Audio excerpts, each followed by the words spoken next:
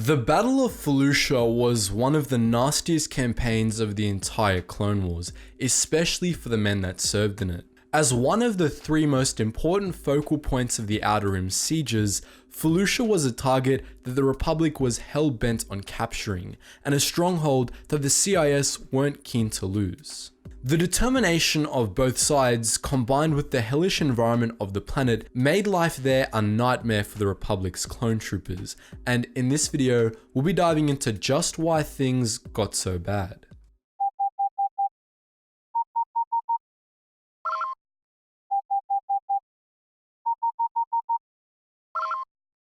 Attention, Sergeant on deck!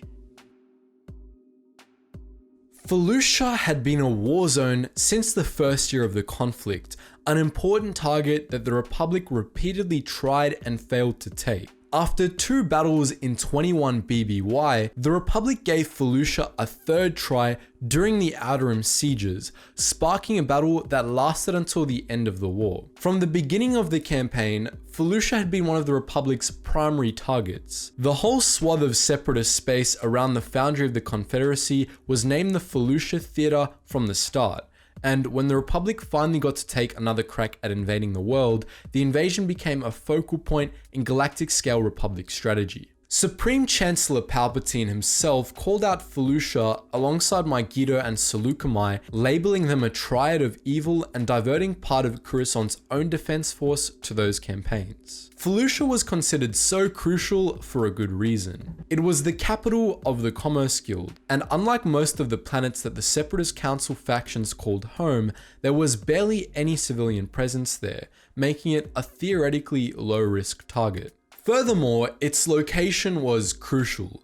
It was deep in Separatist space, and while the Republic was able to assault it by using side routes through neutral space near the Gordian Reach, capturing it would allow them to assault the very heart of the CIS as well, especially key worlds like Raxus and Mokana. Considering Felucia's importance and how the Republic diverted units to participate in the battle from other crucial fronts, it can seem odd that the battle was such a disaster for the Republic, even if they were eventually victorious. But that's because there was more to the battle than simple numbers.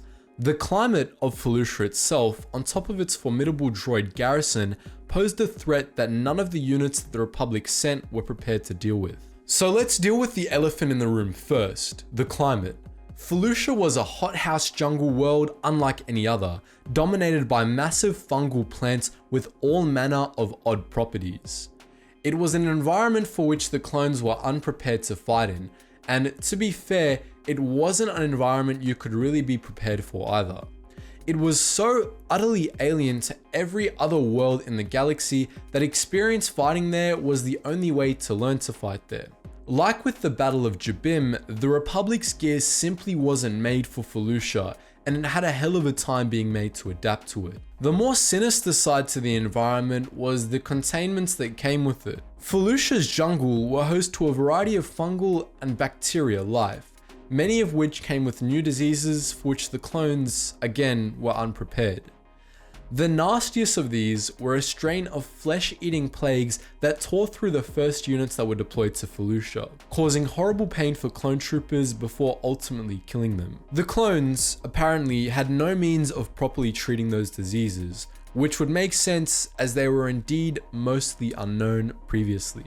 That said, part of the blame can be laid on the Republic, which did provide the troops deployed to Felucia with inadequate gear for the climate.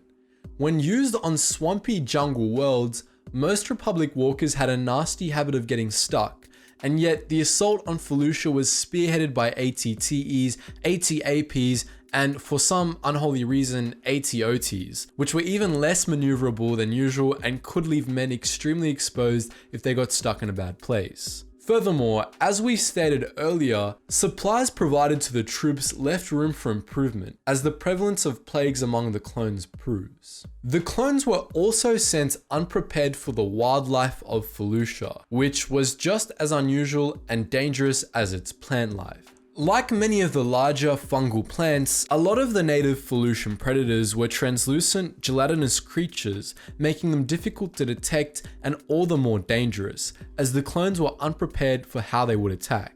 This problem decreased with time, however, and the clones deployed to Felucia actually ended up domesticating some of the creatures and using them as mounts.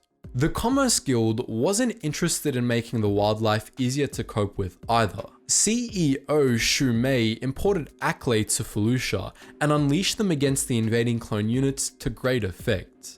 The bloodthirsty creatures slaughtered the clones that they encountered and caused havoc behind Republic lines, making the invasion even more problematic. Most of them were killed eventually, but not before the Acklay had done plenty of damage. The environment gave clone forces a challenge of another sort as well: navigation. In a hostile jungle filled with bloodthirsty predators, getting lost is really dangerous, and considering how inadequate Republic data on Felucia was, it's likely that this happened to more than a few clone platoons. It didn't help that the Commerce Guild's local garrison knew the jungles a whole lot better, making it easier to set up traps and ambushes against the invaders. The problem with the invasion was that it was by no means the only invasion happening at the time. The Republic may have made Felucia a priority, but it was nonetheless entrenched on hundreds of worlds across 6 whole fronts at the time, and there wasn't much in the way of supplies and reinforcements to go around because of that. Furthermore, the reinforcements that were directed to Felucia were mostly naval units, which only helped prevent the Confederacy from reinforcing its garrison there. This begs the question, how on earth did the Republic end up winning the battle? The answer essentially is one word: Jedi. The initial assault on Felucia was spearheaded by the 182nd Legion, which was able to break the Confederacy's blockade of the world, but was wiped out on the surface, and we've actually done a video of them, so make sure you check that out. The 501st Legion and 327th Attack Battalion followed and quickly discovered why their comrades had been wiped out.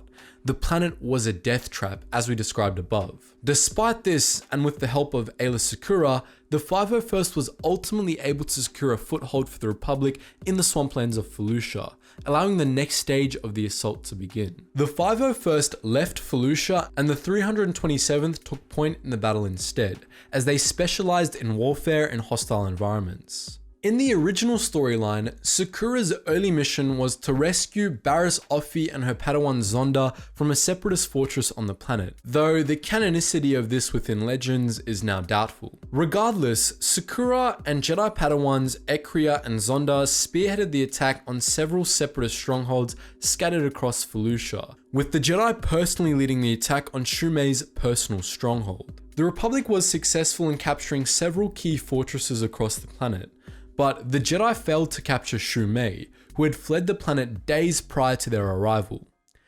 Instead, they were forced to deal with Mei's failsafe protocol, which threatened to poison the entire planet if the Republic advanced too far, similar to methods Commerce Guild troops had used on Atrakan earlier in the war. This time, however, Jedi involvement was able to stop this disaster before it began. Now with the firm grip on that part of Felucia, the Republic then began efforts to conquer the rest of the planet. The Jedi were crucial to this effort, as their skills came in handy in places where heavy vehicles were inoperable due to the dense jungle. They led clone forces to victory in capturing several key separatist fortresses, overcoming droid infantry, spider droids, and the Gossam commandos alike in the process. This brought the Republic to the verge of victory on Felucia, but it was at this point that tragedy struck.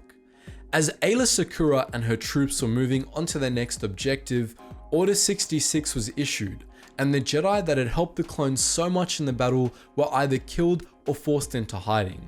It had no significant effect on the battle, however, as a shutdown command was issued to all of the Confederacy's droid troops later that night. The Republic was victorious on Felucia against all odds. So that was the story of the Battle of Felucia and why it sucked so badly for Republic forces. But as per usual guys, I want to know what you think. Are there any other battles you'd like us to analyze like this? Feel free to leave your thoughts in the comments section below. And as per usual guys, make sure you check out all the links in the description below. If you're into history, I do have a second history channel called The Front that I'm working really hard on, and I think a lot of you guys will enjoy it. So do make sure you check out that. And if you're into gaming or you just want to join the wider Star Wars community, then make sure you check out our Geetsly's gaming network or all of the discords we have corresponding to them. So all of those links are in the description below, guys. Make sure you check them out. And as always, thank you so much for watching, and I hope to see you in the next video.